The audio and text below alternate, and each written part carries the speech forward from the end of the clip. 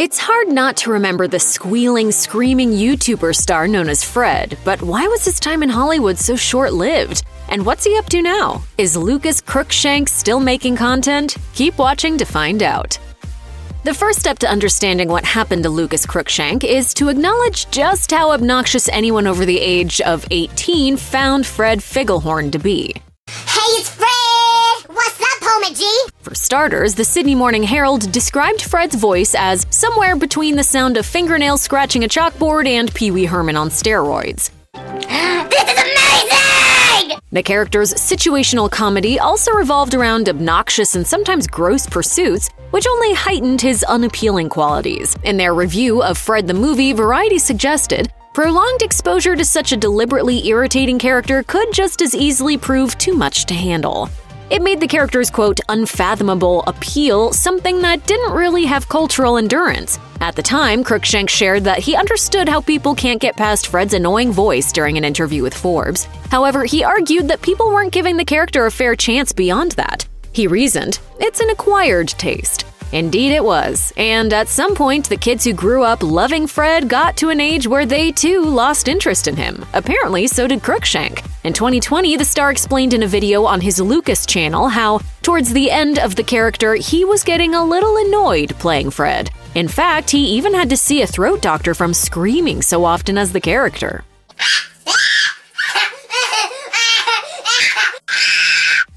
As a YouTube entity, Lucas Cruikshank's parent torture device of a character could be easily and safely contained within the padded cell of a private PC computer.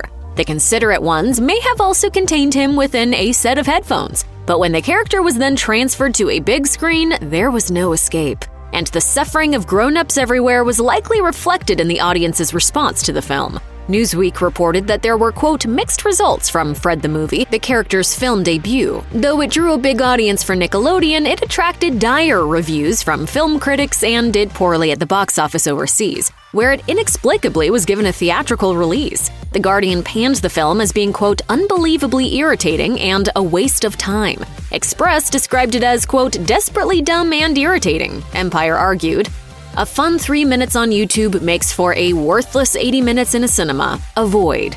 TV and movie moguls eager to cash in on Cruikshank's online popularity were met with a quandary. How could they profit off a property that parents were unlikely to pay to see with their kids? As Variety put it in their review, parents will want to be anywhere Fred's not. Worse still, the publication suggested the character's move from the internet to mainstream programming was a concern, stating, anyone worried about YouTube's potentially negative influence on television has reason to be absolutely horrified.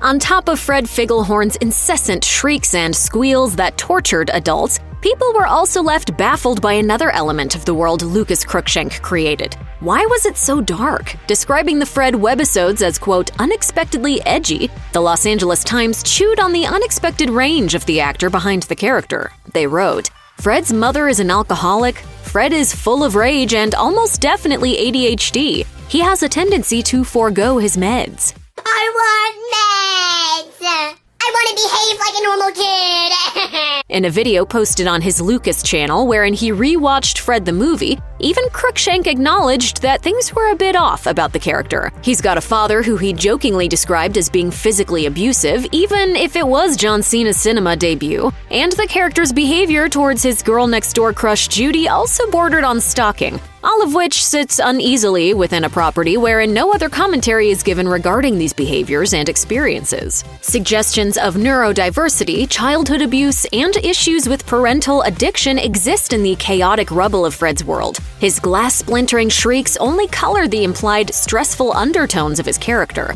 Speaking to Forbes, however, Cruikshank comped to Fred dealing with issues of real life, but played down the extent to which he did. He said, I think sometimes people want to make it something it's not. They're just light-hearted videos.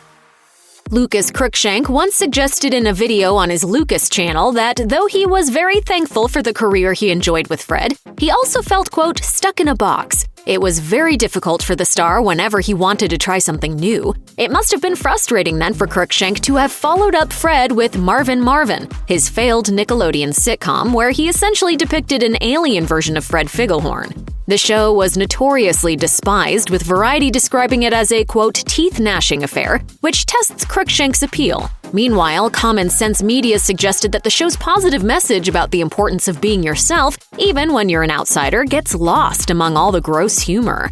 There's a lot of puking and burping. To this day, outlets like Looper and WatchMojo have included the show on their lists of the worst sitcoms ever made. Looper noted that Marvin is, quote, almost as insufferable as Fred and just as headache-inducing. In 2013, the show was canceled after just one season, and Cruikshank's time on TV came to an abrupt halt. On Twitter, the YouTube star wrote of the cancellation in part, sharing, "I've been a Nickelodeon boy for years, and today it came to an end. So excited for new beginnings." During his Fred heyday, Lucas Cruikshank rubbed shoulders with the biggest tween stars. He made a guest appearance as Fred Figglehorn in an episode of Nickelodeon's iCarly, and even left his cult character behind for a cameo appearance on the Disney Channel's Hannah Montana opposite Miley Cyrus. The young star was in demand, and he seemed poised for great things. Sadly, toward the end of his time as Fred, there was already concern of how he'd fare transitioning out of tween fame to grown-up stardom. Shut up, shut up, shut up! The Los Angeles Times, for instance, stated, "Growing out of tween stardom without losing a young fan base was a rarity." Certainly, Cruikshank seemed unsure of how to do it. He told the publication, "I don't want to keep on doing Fred until there's nothing left. Hopefully, my fans will continue to follow my career after Fred."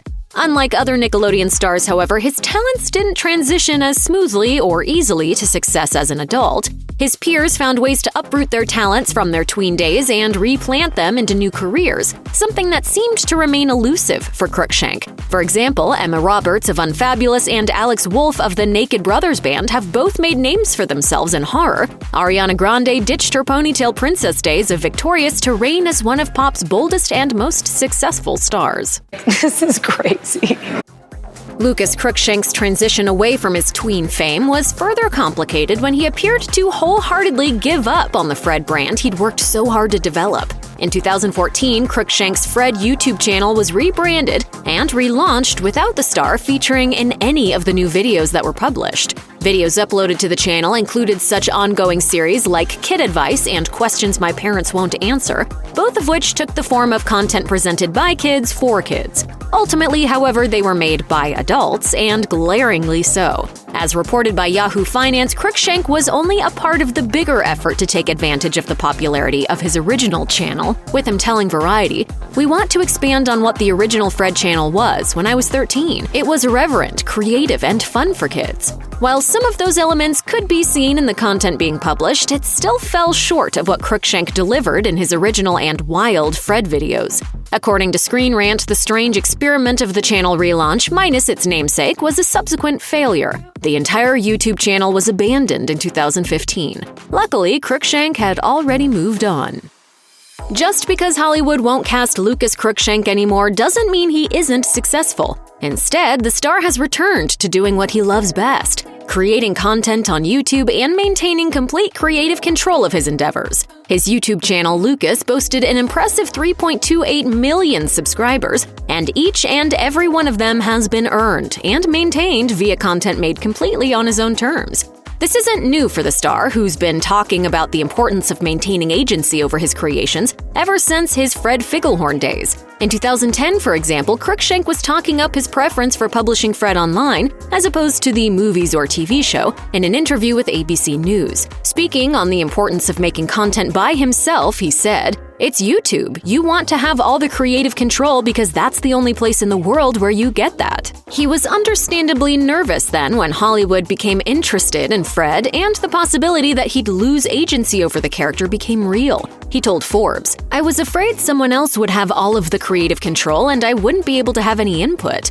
Granting full artistic agency to creators isn't something that the industry is exactly renowned for, and Cruikshank may have lost some mainstream opportunities because of it. Still, he's doing well enough without them. In 2014, Lucas Cruikshank was cast as the host of a new TV show on the Petsime channel, which pushed the star into a new direction. According to TubeFilter, Cute Combat saw the former champion of the Hyperactive League pitting two different cute animal videos against each other. For example, cross-species snuggle fests and aggressive seagulls, while providing commentary on each video. The show may have been short-lived, but it proved Cruikshank's entertaining prowess for cultural commentary. When the world is feeling lonely and blue, just turn on your computer, search for combat and cute. It's no surprise then that the core content of the star's YouTube channel has continued to showcase his skill for witty takes on pop and internet culture, and some satisfying parodies of his own wilted celebrity. Among videos where he analyzes the latest TikTok trend or even old dumb celeb scandals are ones where Cruikshank plays up his increasing obscurity as a former Nickelodeon star. One, titled "When You Used to Be on a Nickelodeon Show," sees him jokingly complaining about all his fans as he tries to grocery shop, though it's clearly an empty store where absolutely nobody is interested. I just get the vibe that, everyone's looking at me. Another sees him delivering a sharp parody of Architectural Digest's Open Door series with a look inside Lucas Cruikshank's LA penthouse, a guided tour of his supremely humble apartment. Although he does have blue tortilla chips in the cupboard, so clearly he's still swag. You're not buying blue tortilla chips without some serious bank. Hollywood may not be casting Lucas Cruikshank in any major projects anytime soon, but the internet star still has a chunk of change to his name. According to Celebrity Net Worth, Cruikshank currently has a net worth of $5 million, likely from his Fred heyday. Considering that his videos seem to attract six-figure viewing figures on average, he's likely earning a pretty penny off his Lucas YouTube channel too. Now in possession of a channel he has complete creative control over, Cruikshank appears to be free to be exactly who he wants to be, and to express himself however he pleases. In 2013, he very casually and proudly came out as gay in a video made with his pal, Jennifer Veal. 2 years later, he confirmed that he was in a relationship with Australian model Matthew Focus. The content he creates for Lucas is unabashedly camp, and on Instagram, Cruikshank further flexes his out and proud status. It's in a manner that he may not have had the opportunity to do with as much freedom had he continued his trajectory as a major Hollywood presence. Whether he's serving Britney quotes in a DIY crop top or posing pretty with his partner, Cruikshank is clearly exactly who and where he wants to be. Check out one of our newest videos right here. Plus, even more Nicki Swift videos about your favorite celebs are coming soon. Subscribe to our YouTube channel and hit the bell so you don't miss a single one.